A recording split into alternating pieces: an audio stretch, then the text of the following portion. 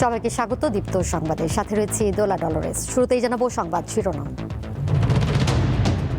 তরুণীর সঙ্গে ভাইরাল ভিডিওর পর সাতক্ষীরার নজরুলকে দল থেকে বহিষ্কার জামায়াতের, অভিযোগ নৈতিক স্খলনের, এমপি পদ নিয়ে প্রশ্ন।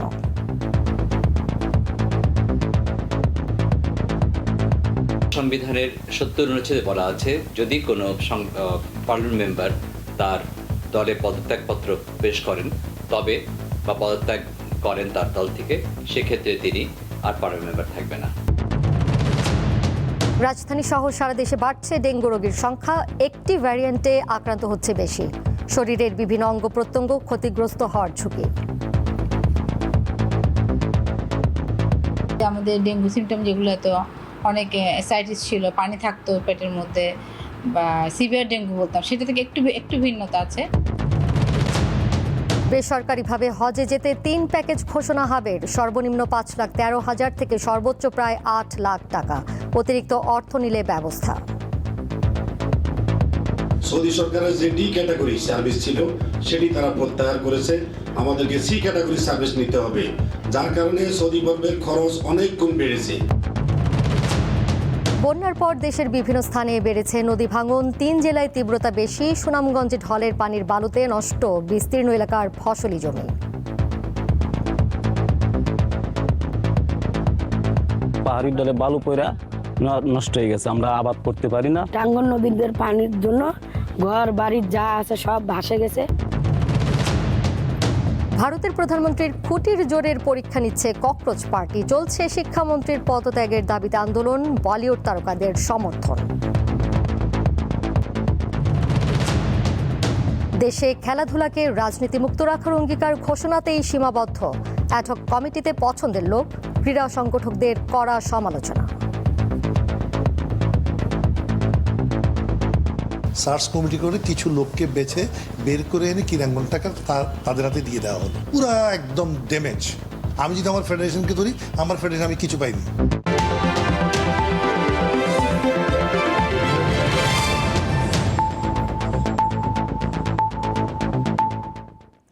শিরোনামগুলো শুনছিলেন, এবারে চলে যাচ্ছি পুরো খবরে। সাতক্ষীরা ৪ আসনের সংসদ সদস্য গাজী নজরুল ইসলামকে বহিষ্কার করেছে বাংলাদেশ জামায়াতে ইসলামী। বিকেলে দলের কেন্দ্রীয় নির্বাহী পরিষদের জরুরি বৈঠকে নৈতিক স্খলনের দায়ে তাকে বহিষ্কারের সিদ্ধান্ত হয়। এর আগে সামাজিক যোগাযোগ মাধ্যমে ব্যক্তিগত মুহূর্তের ভিডিও ছড়িয়ে পড়ার কারণে আলোচনায় আসেন গাজী নজরুল ইসলাম। বয়স তার কমপক্ষে ৭৫, বলা যায় প্রবীণ। এই ব্যক্তিটি হলেন সাতক্ষীরা ৪ আসনের সংসদ সদস্য গাজী নজরুল ইসলাম। গত সোমবার তার ব্যক্তিগত মুহূর্তের একাধিক ভিডিও সামাজিক যোগাযোগ মাধ্যমে ছড়িয়ে পড়ে। এসব ভিডিওতে এক তরুণীর সঙ্গে জামায়াতে ইসলামী থেকে সদ্য বহিষ্কৃত এই সংসদ সদস্যকে ঘনিষ্ঠভাবে দেখা যায়। ভিডিওটি প্রকাশের পর জামায়াতের অনেক নেতাকর্মী সামাজিক যোগাযোগ মাধ্যমে সেটিকে কৃত্রিম বুদ্ধিমত্তা বা এআই প্রযুক্তিতে তৈরি বলে দাবি করেন। এরপর মঙ্গলবার গাজী নজরুল ইসলাম নিজের ফেসবুক আইডিতে পোস্ট দিয়ে জানান, ওই তরুণী তার দ্বিতীয় স্ত্রী মরিয়ম বেগম। গত ১৭ জুন পারিবারিকভাবে এবং তার প্রথম স্ত্রীর সম্মতিতে বিয়ে সম্পূর্ণ হয়। এসবের মাঝে ভাইরাল হয়ে পড়ে ওই তরুণীর একটি জীবন বৃত্তান্ত। চাকরির জন্য ওই জীবন বৃত্তান্তে সবুজ কালির কলমে জোর সুপারিশ করছে লিখে সই করেন নজরুল ইসলাম, যেখানে তারিখ উল্লেখ আছে ২২ জুন ২০২৬। ওই জীবন বৃত্তান্তে তরুণীটির বৈবাহিক অবস্থা অবিবাহিত উল্লেখ রয়েছে।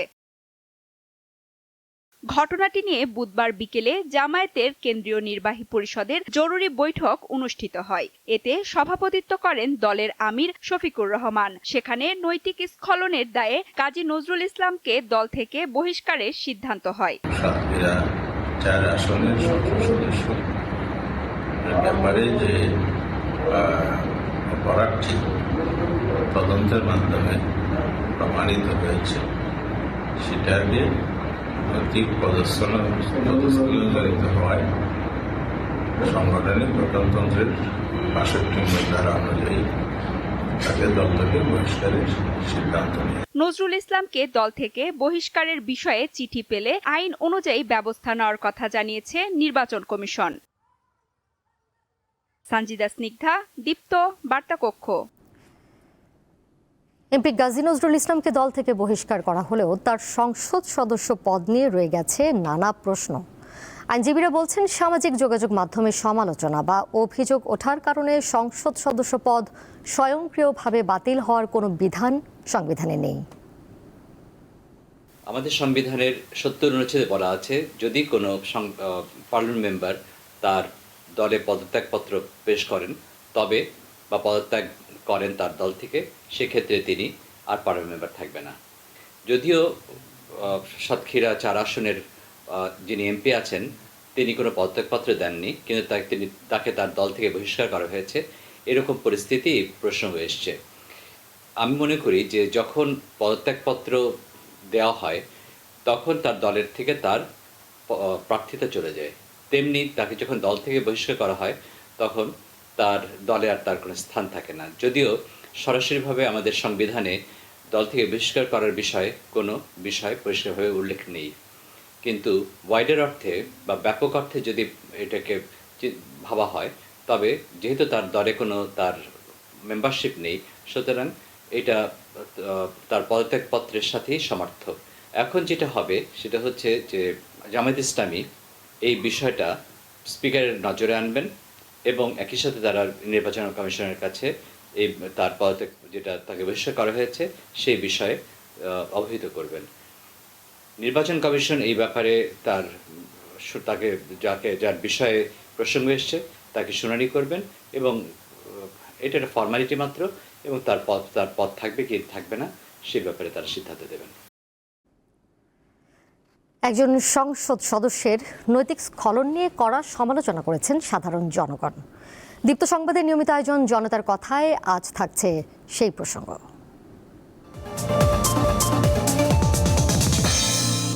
সামাজিক যোগাযোগ মাধ্যমে ব্যক্তিগত মুহূর্তের ভিডিও ভাইরাল হওয়ার পর সাতক্ষীরা ৪ আসনের সংসদ সদস্য গাজী নজরুল ইসলামকে দল থেকে বহিষ্কার করেছে বাংলাদেশ জামায়াত ইসলামী। একজন সংসদ সদস্যের এমন নৈতিক স্খলনের বিষয়টি কিভাবে দেখছেন সাধারণ মানুষ, সে কথাই শুনবো আজ। উনি রানিং এমপি হিসাবে যে কাজটা করছে এটা খুবই জঘন্য আমার মতে আর কি। আর হচ্ছে ওনার একটা ট্যাগ আছে জামাতের, সেই হিসাবে উনি যে কাজটা করছে আমি মনে করছি এটা হচ্ছে খুবই খারাপ কাজ হয়েছে। যে কেউ যদি আপনার অকারেন্স করে তো এটা দল আর ওর কোনো দায়িত্ব নেয় না। তো এর আগে উচিত হচ্ছে আমি কাকে ওই জায়গায় রাখতেছি ওর ব্যাকগ্রাউন্ড চেক করে, যেহেতু এটা হচ্ছে একটা দলের ভাবমূর্তির প্রশ্ন করছে। একজন সচেতন নাগরিক হিসাবে এটা অবশ্যই একটা প্রতিবাদ স্বরূপ প্রকাশ করা দরকার, কেননা এটি একটা দেশ ও সমাজের জন্য ব্যাধি। ইসলামে বিয়ের ব্যবস্থা আছে, প্রথা আছে, সেটা সে বিয়ের মাধ্যমে করতে পারে, ইসলামে তো এটা নিষেধ নাই। আর এটা আমি মনে করি না যে সে জামাতের এমপি না, কারোর জন্য এটা ঠিক না। জামাত নিজের সংগঠন থেকে তখন থেকে তাকে বহিষ্কার করছে, তার মানে তিনি একজন দোষী। কিন্তু এরকম একজন ব্যক্তির কাছ থেকে যদি এরকম এই বিষয়গুলো নিয়ে মানে তাহলে জাতি আর কার কাছ থেকে ভালো কিছু আশা করবে। এবারে যাচ্ছি পরের প্রসঙ্গে। রাজধানী সহ সারা দেশে বাড়ছে ডেঙ্গু রোগীর সংখ্যা। চট্টগ্রাম, বরিশাল ও ময়মনসিংহ সহ বড় শহরগুলোতে বেশি ডেঙ্গু সংক্রমণের আশঙ্কা রয়েছে। গবেষণা প্রতিষ্ঠান IEDCR বলছে, ডেঙ্গু ভাইরাসের 4টি ভ্যারিয়েন্টের মধ্যে এবছর সেরোটাইপ 3 এর প্রভাব বেশি। ডেঙ্গু নিয়ন্ত্রণে এখনই মশা নিধন কার্যক্রম জোরদার করার পরামর্শ বিশেষজ্ঞদের। বর্ষার সাথে সাথেই রাজধানী সহ দেশের বিভিন্ন হাসপাতালগুলোতে বাড়তে শুরু করছে ডেঙ্গুতে আক্রান্ত রোগীর সংখ্যা। কীটতত্ত্ববিদরা বলছেন, এখনই সতর্ক না হলে আগামী 3 মাসে ভয়াবহ রূপ নেবে ডেঙ্গু। আর জনস্বাস্থ্যবিদরা বলছেন, যদি এবার ডেঙ্গুতে আক্রান্তের ধরনের পরিবর্তন হয় তবে মৃত্যু ঝুঁকি বেড়ে যেতে পারে। রাজধানীর সোহরাওয়ার্দী হাসপাতালের এই ওয়ার্ডটি কিছুদিন আগেও ছিল হাম রোগীদের জন্য, এখন সেটি ডেঙ্গু রোগীদের জন্য তৈরি করা হয়েছে। এছাড়া মহিলাদের জন্য আলাদা ওয়ার্ড রয়েছে। সব মিলে প্রতিদিন প্রায় শতাধিক ডেঙ্গু রোগী চিকিৎসা নিচ্ছেন। এই অবস্থা প্রায় সব হাসপাতালেই। ঢাকার পাশাপাশি বিভিন্ন জেলাতেও ডেঙ্গু আক্রান্ত রোগীর তথ্য পাওয়া যাচ্ছে। এডিস মশার ঘনত্ব, ডেঙ্গু রোগীর সংখ্যা, বৃষ্টিপাত, তাপমাত্রা, আর্দ্রতা, এই কয়েকটি মিলিয়ে আমরা একটি প্রেডিকশন মডেল তৈরি করি। সেখানে স্পষ্ট দেখতে পাচ্ছি ঢাকা, চট্টগ্রাম বিভাগের বেশ কয়েকটি জেলা, বরিশাল বিভাগের বেশ কয়েকটি জেলা, মাদারীপুর, বাগেরহাট, ময়মনসিংহ, চাঁদপুর, গাজীপুর, মানিকগঞ্জ, নরসিংদী এই কয়েকটি জেলাতে বেশ ব্যাপক আকারে ডেঙ্গু হতে পারে। সম্প্রতি রোগতত্ত্ব, রোগ নিয়ন্ত্রণ ও গবেষণা প্রতিষ্ঠান IEDCR ডেঙ্গু রোগীর নমুনা পরীক্ষা করে। এতে ডেঙ্গুর 4টি ধরনের মধ্যে ডেন 3-র প্রভাব বেশি পেয়েছে। একজন ব্যক্তি একাধিকবার ডেঙ্গুতে আক্রান্ত হলে তার মৃত্যু ঝুঁকি বেশি বলে জানান এই জনস্বাস্থ্যবিদ। এবারে যতটুকু জানা যাচ্ছে যে সেরোটাইপ 3 এটা একটু বেশি 2-এর তুলনায়। তো যদি ডেন 2 এবং ডেন 3 থাকে তাহলে আমাদের ডেঙ্গি গতবারের মতোই হওয়ার আশঙ্কা আছে। যদি কোনো সেরোটাইপ পরিবর্তন হয়, এখানে যদি ডেন 1 বা ডেন 4 আসে, তাহলে কিন্তু আশঙ্কা আছে যে রোগীর সংখ্যা হঠাৎ করে অনেক বেড়ে যেতে পারে 2019 বা 2023-এর মতো। 4 বছর পর 3 বছর পর এরকম একটা আশঙ্কা থাকে। চিকিৎসকরা জানান, ভাইরাসের ধরনের পরিবর্তন হলে শরীরের বিভিন্ন অঙ্গ প্রত্যঙ্গ ক্ষতিগ্রস্ত হতে পারে। আগে যে আমাদের ডেঙ্গু সিমটম যেগুলো তো অনেক অ্যাসাইটিস ছিল, পানি থাকতো পেটের মধ্যে বা সিভিয়ার ডেঙ্গু বলতাম, সেটা থেকে একটু ভিন্নতা আছে। এমন পরিস্থিতিতে বাসাবাড়িতে যেন পানি জমে না থাকে সে বিষয়ে সচেতন থাকা এবং মশক নিধন কার্যক্রম জোরদার করার পরামর্শ বিশেষজ্ঞদের। লাবণী গুহ, দীপ্ত সংবাদ, ঢাকা। আগামী বছর বেসরকারি ব্যবস্থাপনায় হজে যেতে 3টি প্যাকেজ ঘোষণা করেছে Hajj agencies association of Bangladesh HAAB. সর্বনিম্ন 5,13,545 এবং সর্বোচ্চ 7,91,060 টাকা খরচ পড়বে। সকালে রাজধানীতে হাবের সংবাদ সম্মেলনে এসব জানানো হয়।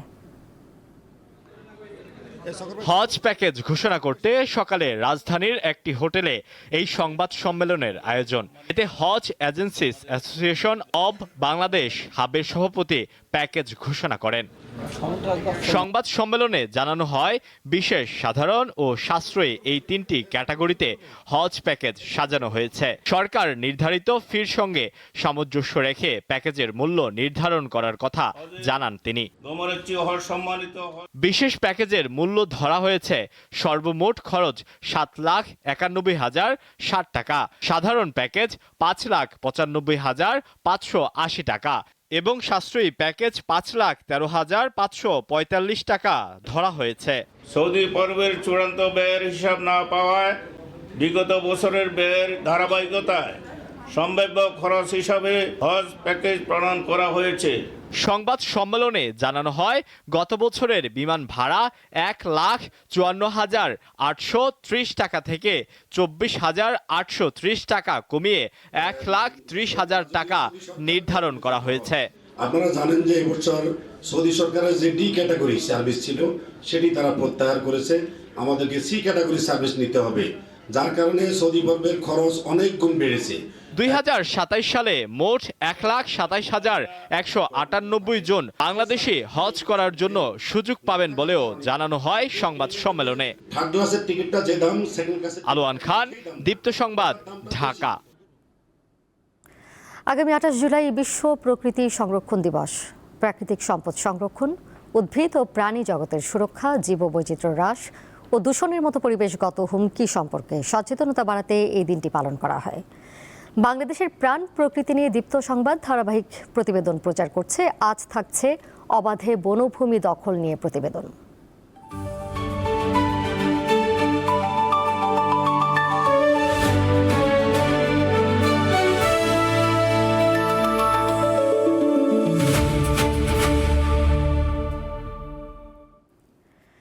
দেশে উন্নয়নের নামে সংরক্ষিত বনের ভেতর দিয়ে তৈরি হচ্ছে পাকা সড়ক। এতে হুমকির মুখে পড়েছে শতবর্ষী গাছ, বন্যপ্রাণীর বিচরণ কেন্দ্র এবং আবাসস্থল। সম্প্রতি চট্টগ্রামের সাতকানিয়া ও কক্সবাজারের চকরিয়ায় বনের ভেতর দিয়ে পাকা সড়ক নির্মাণ শুরু হয়। পরিবেশ ও বন সংরক্ষণ কর্মীরা বলছেন, বনের মাঝ দিয়ে সড়ক নির্মিত হলে মানুষ ও হাতির সংঘাত বাড়বে, হুমকির মুখে পড়বে জীববৈচিত্র্য।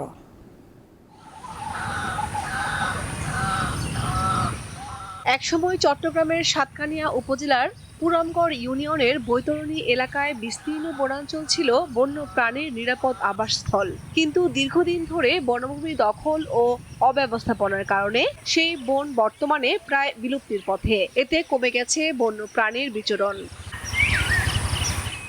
বনাঞ্চলের ভেতর দিয়ে দুটি সড়ক নির্মাণ নিয়ে আপত্তি জানিয়েছে বন বিভাগ। তবে আপত্তি সত্ত্বেও সড়ক নির্মাণের প্রক্রিয়া বন্ধ হয়নি। বন বিভাগের কর্মকর্তারা জানান, এখানে সড়ক হলে বনভূমি দখল, অবৈধ অনুপ্রবেশ, গাছ কাটা ও বন সম্পদ পাচারের ঝুঁকি বাড়তে পারে। যদি সংরক্ষিত বনের মধ্যে দিয়ে রাস্তা যায়, সেক্ষেত্রে মানুষের চলাচল বৃদ্ধি পাবে এবং সেখানে জবরদখল কিংবা নতুন ঘরবাড়ি তৈরির একটা প্রবণতা লক্ষ্য করা যায়। কাজে সেক্ষেত্রে বনের যে প্রাকৃতিক বৈশিষ্ট্য সেটা ব্যাহত হওয়ার সমূহ সম্ভাবনা রয়েছে। এদিকে কক্সবাজারের চকরিয়ায় গর্জন বনের ভিতরে হাতি চলাচলের পথে পাকা সড়ক নির্মিত হচ্ছে। যদিও বন বিভাগকে না জানিয়েই সংরক্ষিত ওই বনে সড়ক তৈরির উদ্যোগ নিয়েছে এলজিইডি। স্থানীয়রা জানান, হাতির সঙ্গে তাদের সহাবস্থান দীর্ঘদিনের, কিন্তু পাকা সড়ক হলে চলবে যানবাহন, ব্যাহত হবে হাতির স্বাভাবিক চলাচল। হাতির এখানে তো আমরা বসবাস করি, আমরা ক্ষতি করে নাই। ওই ধান পাকলে একটু ধানে ক্ষতি করে, না হলে ক্ষতি করে নাই। ওইটা আমরা বসবাস, ছোট বাচ্চা নিয়ে বসবাস করি না। বন বিভাগের কর্মকর্তারা জানান, এই অবস্থায় বনের ভিতরে সড়কটি নির্মিত হলে হাতি চলাচল ব্যাহত ও নষ্ট হবে বনের প্রাকৃতিক অখণ্ডতা। এখানে এশীয় হাতির চলাচলের পথ, এছাড়াও অন্যান্য বন্যপ্রাণীও ওই বনে রয়েছে। পুরো দস্তুর ওখানে রাস্তা করা হলে জীববৈচিত্র্য তথা প্রাকৃতিক ভারসাম্য বিঘ্নিত হবে। কক্সবাজারের সংরক্ষিত বনভূমিতে 2017 সালের আগস্টে রোহিঙ্গারা আশ্রয় নিলে হাতির দুটি গুরুত্বপূর্ণ করিডোর বন্ধ হয়ে যায়। এছাড়া জঙ্গলে হাতিকে গুলি করে হত্যার ঘটনাও ঘটছে প্রায়ই। বন অধিদপ্তরের তথ্য মতে 2016 থেকে 2025 সাল পর্যন্ত কক্সবাজারে গুলিতে মারা গেছে কমপক্ষে 9টি হাতি। কামরুন নাহার, দীপ্ত, বার্তাকক্ষ। ঠাকুরগাঁওয়ের টাঙ্গন নদীর পাড়ে দেখা দিয়েছে তীব্র ভাঙন। এতে এরই মধ্যে অনেক বাড়িঘর নদী গর্ভে বিলীন হয়ে গেছে। এছাড়া পানি বেড়েছে শেরপুর, মাদারীপুর ও গাইবান্ধার নদ নদীতেও। কারো পুরো ভিটে মাটি, কারো বা বেঁচে থাকার শেষ সম্বলটুকু চলে গেছে টাঙ্গন নদীর পেটে। মাথা গোজার ঠাঁই হারিয়ে অসহায় পরিবারগুলোর দিন কাটছে খোলা আকাশের নিচে। নদীর উপরে নির্মাণাধীন সেতুটি নদী ভাঙনের মূল কারণ বলে মনে করছেন স্থানীয়রা। তাদের অভিযোগ, অপরিকল্পিতভাবে ভেকু ও ড্রেজার বসিয়ে প্রতিদিন নদীর বুক থেকে তোলা হচ্ছে টন টন বালু। এতেই হচ্ছে নদী ভাঙন। ব্রিজ হচ্ছে, ব্রিজ হওয়ার কারণে আমাদের এই পাশে সাইডটা কাটে নেওয়া হয়েছে। কাটে নেওয়ার ফলে আমাদের ঘর ছিল এই পাশে, আমাদের ঘরের মাটিগুলো সব ভেঙে ভেঙে পড়ে যাচ্ছে। টাঙ্গন নদীর পানির জন্য ঘর বাড়ির যা আছে সব ভাসে গেছে। 2টা রুমও গেছে, আরো ভাঙতেছে। প্রকল্পের কাজ সহজ করতে অনিয়ন্ত্রিতভাবে নদীর মূল গতিপথ বদলে দেওয়া হয়েছে বলে স্বীকার করেছে পানি উন্নয়ন বোর্ড। তাদের যে অবস্থানটা সেটা কিন্তু সরকারি খাস জমি, এবং খাস জমি শুধু না, এটা কিন্তু নদীর খাস জমি। ড্রেজার মেশিন এখানে থাকার কোনো সুযোগ নাই। এখন কোন কারণে এখানে আছে আমি ঠিক জানি না, কিন্তু বালুমহল আমার জানা মতো একটা আছে না, এখানে একটা বালুমহল আছে। বর্ষায় ভয়ানক রূপ ধারণ করে শেরপুরের নলিতাবাড়ির খরস্রোতা চেল্লাখালী নদী। তীব্র স্রোতে এরই মধ্যে নদী গর্ভে বিলীন হয়েছে বাতকুচি গ্রামের সেতু ও কাঠের সাঁকো। বর্তমানে এই গ্রামের বাসিন্দাদের চলাচলের একমাত্র ভরসা নৌকা। আর নদীর পানি আর পাহাড়ের পানি একযোগ হয়ে আমাদের এনে পোল আছেন, যে পোলটা ভেঙে গেছে। ব্রিজটা আমরা সরকারের কাছে আবেদন করে ব্রিজটা চাই। চলাচলের মেইন রাস্তা হইতাছে এটা বারোমারি যাওয়ার জন্য। মাদারীপুরের শিবচরের আড়িয়াল খাঁ নদের উপর নির্মিত সেতুর পশ্চিম প্রান্তের দক্ষিণ পাশের পিলারের নিচে ব্যাপক ভাঙন দেখা দিয়েছে। হুমকিতে পড়েছে 3 ইউনিয়নের সাথে সদর উপজেলার যোগাযোগের একমাত্র এই মাধ্যম। এটা আমাদের খুব আশার একটা ব্রিজ ছিল, কিন্তু এটা এখন খুব শঙ্কার মুখে আছে। ব্রিজ ভেঙে গেলে আমাদের এই এলাকার মানুষ অনেক ক্ষতি হবে। এদিকে গাইবান্ধায় করতোয়া ও ঘাগট নদীর পানি কিছুটা বৃদ্ধি পেয়েছে, তবে পানি বৃদ্ধি ও কমার কারণে নদীর তীরবর্তী এলাকার প্রায় 20 জায়গায় দেখা দিয়েছে তীব্র ভাঙন। এতে ফসলি জমি, ঘরবাড়ি নদীগর্ভে বিলীন হচ্ছে। কামরুন নাহার, দীপ্ত, বার্তাকক্ষ। এদিকে সুনামগঞ্জের তাহিরপুর উপজেলার সীমান্তবর্তী কয়েকটি গ্রাম সম্প্রতি পাহাড়ি ঢলে ব্যাপক ক্ষতির মুখে পড়েছে। ঢলের পানিতে ভেসে আসা বালুতে ভরাট হয়ে গেছে বিস্তীর্ণ এলাকার ফসলি জমি।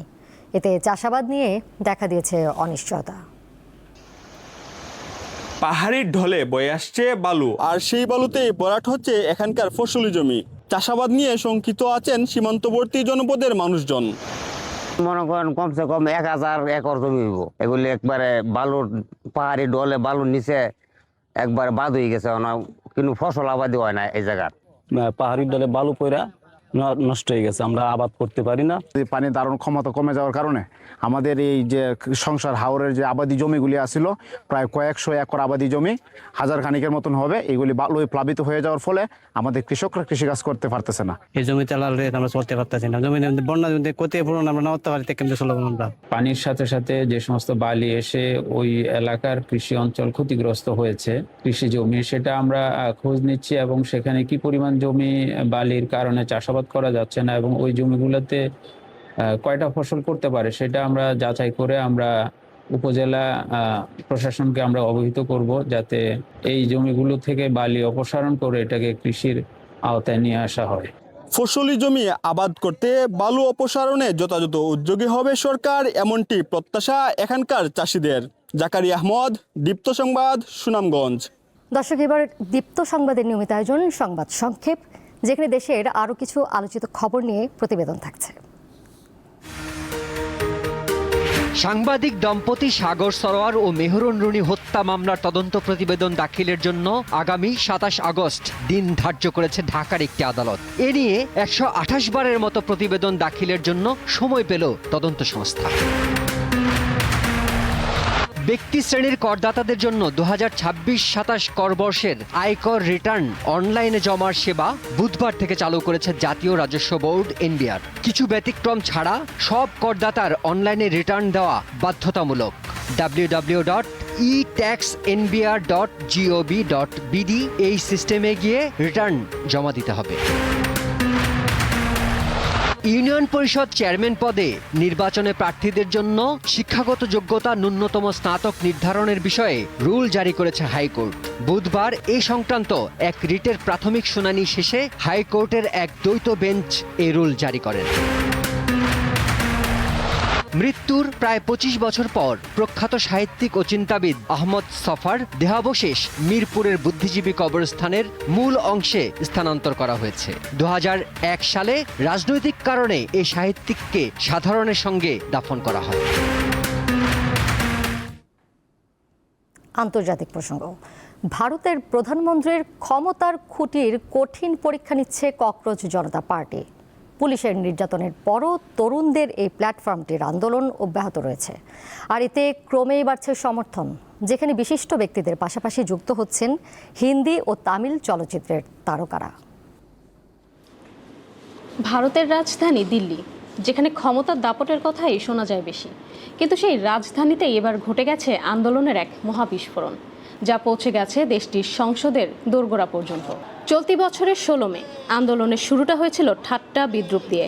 ভারতীয় সুপ্রিম কোর্টের প্রধান বিচারপতি বেকার তরুণ তরুণীদের আরশোলা মন্তব্য করায় ফুঁসে ওঠে শিক্ষার্থীরা। গঠন হয় ককরোচ জনতা পার্টি। আরশোলার নামে পরিচিত হয়ে তারাই আজ হাজার হাজার মানুষের মিছিলে পরিণত হয়েছে। ব্যারিকেড, কাঁদানে গ্যাস, লাঠিচার্জ কিছুই তাদের থামাতে পারছে না। আন্দোলনকারীদের মূল দাবি কেন্দ্রীয় শিক্ষামন্ত্রী ধর্মেন্দ্র প্রধানের পদত্যাগ, পরীক্ষায় প্রশ্ন ফাঁসে নিরপেক্ষ তদন্ত এবং ক্ষতিগ্রস্ত শিক্ষার্থী ও তাদের পরিবারের ন্যায় বিচার। দাবি আদায়ে দিল্লির যন্তর মন্তর থেকে পুলিশের নিষেধাজ্ঞা অমান্য করে সংসদের দিকে পদযাত্রায় বল প্রয়োগ করে পুলিশ। শিক্ষার্থীদের ন্যায্য ও স্বচ্ছ পরীক্ষা ব্যবস্থার দাবিতে পুলিশের সহিংস আক্রমণে ফুঁসে উঠেছে গোটা ভারত। বিপাকে পড়েছেন মোদী সরকারও। শিক্ষার্থীরা একা নয়, দলে দলে যোগ দিয়েছেন সুশীল সমাজের নাগরিকরা, বিরোধী দল এবং বলিউড তারকা থেকে শুরু করে হাজার হাজার শিক্ষার্থীর বাবা মায়েরা। কেন্দ্রীয় স্বরাষ্ট্রমন্ত্রী অমিত শাহ এবং শিক্ষামন্ত্রীর পদত্যাগ, প্রধানমন্ত্রী নরেন্দ্র মোদীর ক্ষমা প্রার্থনা সহ 5 দফা দাবি তুলেছেন বিরোধী নেতা রাহুল গান্ধী। শিক্ষার্থীদের হয়ে 28 জুন থেকে অনশনে রয়েছেন আন্দোলনের গুরুত্বপূর্ণ মুখ পরিবেশবাদী ও শিক্ষাবিদ সোনম ওয়াংচুক। হাসপাতাল থেকেই আন্দোলন চালিয়ে যাওয়ার ঘোষণা দিয়েছেন তিনি। এই আন্দোলনের প্রভাব পড়েছে ভারতের বিভিন্ন রাজ্যে। শুধু রাজপথেই নয়, এই আন্দোলন এখন সামাজিক মাধ্যমেও ঝড় তুলেছে। আন্তর্জাতিক গণমাধ্যমগুলো বিষয়টিকে গুরুত্ব দিচ্ছে। বলা হচ্ছে সাম্প্রতিক বছরগুলোতে মোদী সরকারের বিরুদ্ধে দিল্লিতে এটি অন্যতম বড় যুব আন্দোলন। পরিস্থিতি বেগতিক দেখে প্রশ্নপত্র ফাঁসকে পাপ মন্তব্য করে পরিস্থিতি ঠান্ডা করার চেষ্টা চালিয়েছেন নরেন্দ্র মোদী। কেন্দ্রীয় স্বাস্থ্যমন্ত্রী আন্দোলনকারীদের সাথে বৈঠক করলেও দাবি পূরণ না হওয়া পর্যন্ত আন্দোলন বন্ধ হবে না বলছে শিক্ষার্থীরা।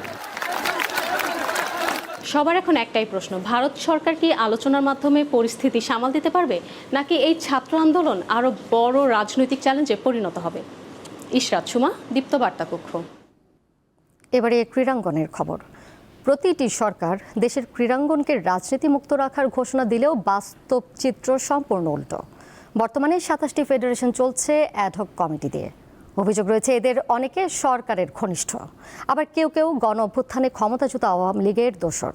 তাতে প্রশ্ন উঠেছে খেলাধুলার সত্যিকারের উন্নতি নিয়ে। বর্তমান সরকার দায়িত্ব নেওয়ার পর দেশে ক্রীড়াঙ্গনে বড় ধরনের রদবদল আসে। প্রথম দফায় একসঙ্গে 27টি ফেডারেশনের কমিটি ভেঙে গঠন করা হয় নতুন অ্যাডহক কমিটি। এর আগে আরেক দফায় রদবদল হয় অন্তর্বর্তী সরকারের সময়।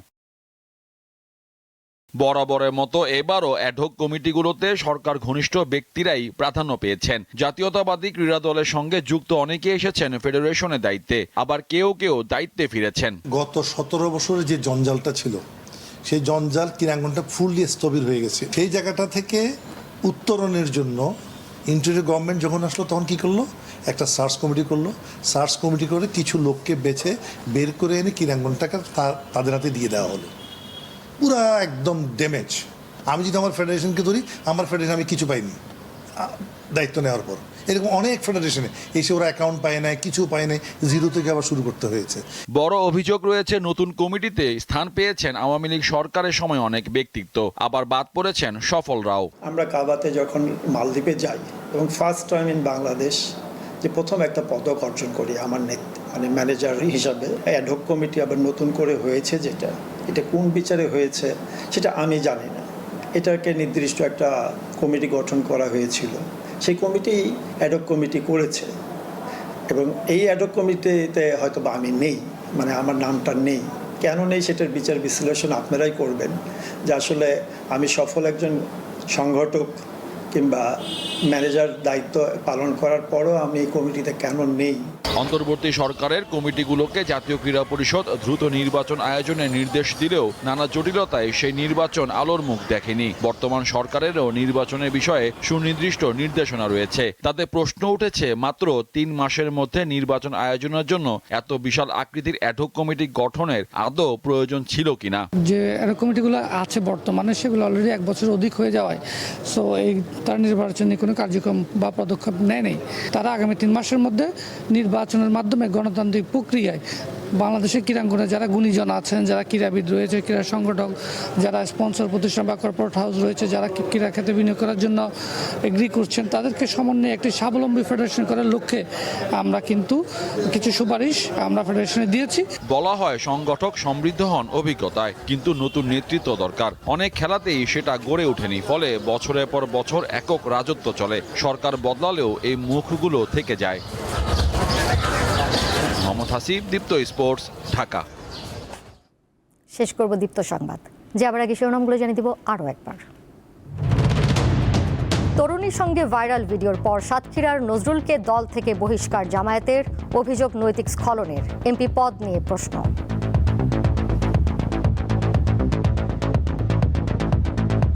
সংবিধানের 70 অনুচ্ছেদে বলা আছে, যদি কোনো পার্লামেন্ট মেম্বার তার দলে পদত্যাগপত্র পেশ করেন তবে বা পদত্যাগ করেন তার দল থেকে, সেক্ষেত্রে তিনি আর পার্লামেন্ট মেম্বার থাকবে না। রাজধানী সহ সারা দেশে বাড়ছে ডেঙ্গু রোগীর সংখ্যা, একটি ভ্যারিয়েন্টে আক্রান্ত হচ্ছে বেশি, শরীরের বিভিন্ন অঙ্গ প্রত্যঙ্গ ক্ষতিগ্রস্ত হওয়ার ঝুঁকি। আমাদের ডেঙ্গু সিমটম যেগুলো তো অনেক অ্যাসাইটিস ছিল, পানি থাকতো পেটের মধ্যে বা সিভিয়ার ডেঙ্গু বলতাম, সেটা থেকে একটু ভিন্নতা আছে।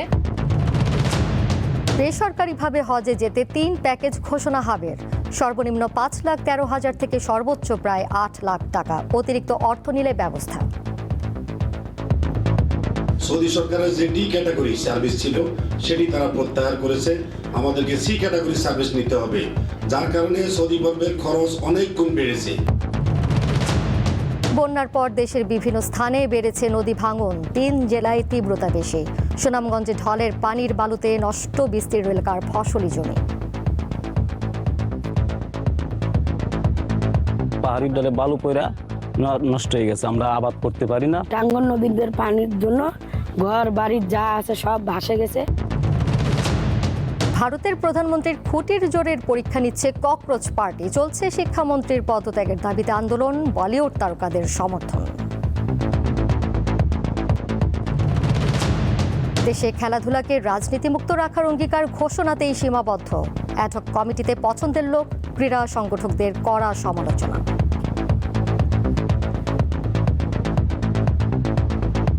সার্চ কমিটি করে কিছু লোককে বেছে বের করে এনে ক্রীড়াঙ্গনটাকে তাদের হাতে দিয়ে দেওয়া হলো। পুরা একদম ড্যামেজ।